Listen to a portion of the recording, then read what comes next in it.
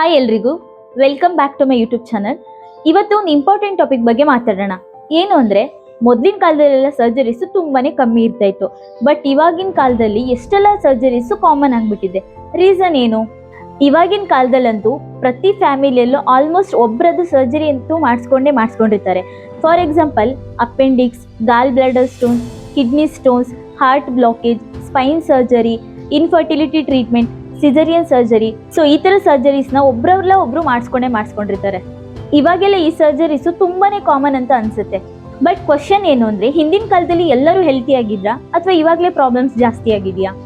ನಿಜ ಹೇಳಬೇಕು ಅಂದರೆ, ಹಿಂದಿನ ಕಾಲದಲ್ಲೂ ತುಂಬಾನೇ ಡಿಸೀಸಸ್ ಇತ್ತು, ಆದರೆ ಡಯಾಗ್ನೋಸಿಸ್ ಸ್ಟ್ರಾಂಗ್ ಆಗಿರಲಿಲ್ಲ, ಟ್ರೀಟ್ಮೆಂಟ್ ಕಮ್ಮಿ ಇರ್ತಾ ಇತ್ತು, ಸರ್ಜರಿ ರಿಸ್ಕಿ ಇತ್ತು. ಆಗ ತುಂಬ ಜನ ಟ್ರೀಟ್ಮೆಂಟ್ ಸಿಗದೇನೆ ಇರ್ತಾ ಇದ್ರು. ಆದರೆ ಇವಾಗ ಮೆಡಿಸನ್ ತುಂಬ ಅಡ್ವಾನ್ಸ್ ಆಗಿದೆ. CT scan, MRI, blood test, endoscopy. So ಇದೆಲ್ಲದ್ರಿಂದನೂ ಪ್ರಾಬ್ಲಮ್ನ ಅರ್ಲಿ ಸ್ಟೇಜಲ್ಲಿ ಡಿಟೆಕ್ಟ್ ಮಾಡ್ಬೋದು.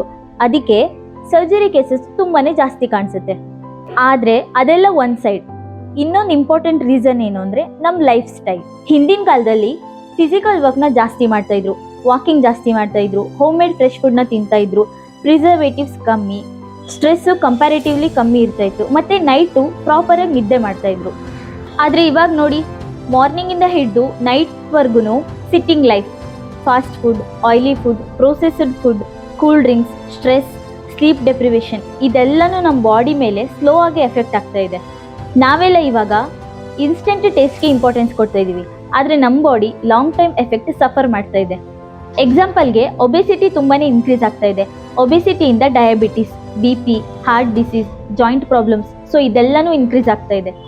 ಕಿಡ್ನಿ ಸ್ಟೋನ್ ಕೇಸಸ್ ಕೂಡ ತುಂಬಾ ಜಾಸ್ತಿ ಆಗ್ತಾ ಇದೆ, ಬಿಕಾಸ್ ಆಫ್ ವಾಟರ್ ಕಮ್ಮಿ ಕುಡಿಯೋದು, ಫುಡ್ ಹ್ಯಾಬಿಟ್ಸ್, ಸಾಲ್ಟ್ ಇಂಟೇಕ್, ಗಾಲ್ bladder stones, acidity, fatty liver, ಈ ಎಲ್ಲನೂ ನಮ್ಮ ಲೈಫ್ ಸ್ಟೈಲ್ ಜೊತೆ ಸ್ಟ್ರಾಂಗ್ ಕನೆಕ್ಷನ್ ಇರುವಂಥ ಪ್ರಾಬ್ಲಮ್ಸ್. ಮತ್ತು ಸ್ಟ್ರೆಸ್.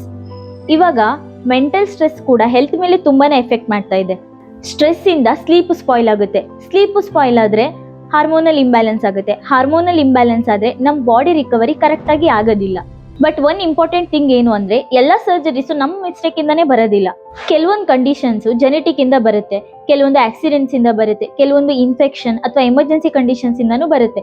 ಸೊ ಸರ್ಜರಿ ಅಂದರೆ ಯಾವಾಗಲೂ ಬ್ಯಾಡ್ ಲೈಫ್ ಸ್ಟೈಲ್ ರೀಸನ್ ಅಂತ ಹೇಳೋಕ್ಕಾಗಲ್ಲ. ಆದರೆ one thing clear, modern life style ತುಂಬ ಡಿಸೀಸಸ್ನ ಫಾಸ್ಟ್ ಮಾಡ್ತಾ ಇದೆ. ಟೆಕ್ನಾಲಜಿ ತುಂಬಾ ಇಂಪ್ರೂವ್ ಆಗಿದೆ, ಅದಕ್ಕೆ ಸರ್ಜರಿ ಕೂಡ ಸೇಫ್ ಆಗಿದೆ.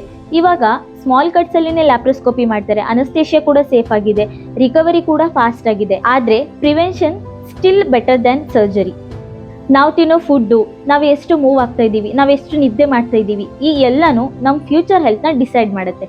ಹೆಲ್ತಿ ಲೈಫ್ ಅಂತಂದರೆ ಎಕ್ಸ್ಪೆನ್ಸಿವ್ ಫುಡ್ ಲೈಫ್ ಅಲ್ಲ, ಸಿಂಪಲ್ ಹ್ಯಾಬಿಟ್ಸ್, ನಿದ್ದೆ ಚೆನ್ನಾಗಿ ಮಾಡೋದು, ಡೈಲಿ ವಾಕಿಂಗ್ ಮಾಡೋದು, ಜಂಕ್ ಫುಡ್ಸ್ನ ಕಮ್ಮಿ ತಿನ್ನೋದು, ಮತ್ತು ಸ್ಟ್ರೆಸ್ನ ಕಂಟ್ರೋಲಲ್ಲಿ ಇಟ್ಕೊಳ್ಳೋದು. ಬಾಡಿ ಸೈಲೆಂಟಾಗಿ ಸಿಗ್ನಲ್ಸ್ ಕೊಡುತ್ತೆ, ಆದರೆ ನಾವು ಅದನ್ನು ಇಗ್ನೋರ್ ಮಾಡಬಾರ್ದು. ವಿಡಿಯೋ ಇಷ್ಟ ಆದರೆ ಲೈಕ್ ಮಾಡಿ, ಶೇರ್ ಮಾಡಿ, ಕಮೆಂಟ್ ಮಾಡಿ. ಮತ್ತು ಈ ಥರದ್ದೇ medical and health related videos ಬೇಕು ಅಂದರೆ ನನ್ನ ಯೂಟ್ಯೂಬ್ ಚಾನಲ್ನ ಸಬ್ಸ್ಕ್ರೈಬ್ ಮಾಡಿ.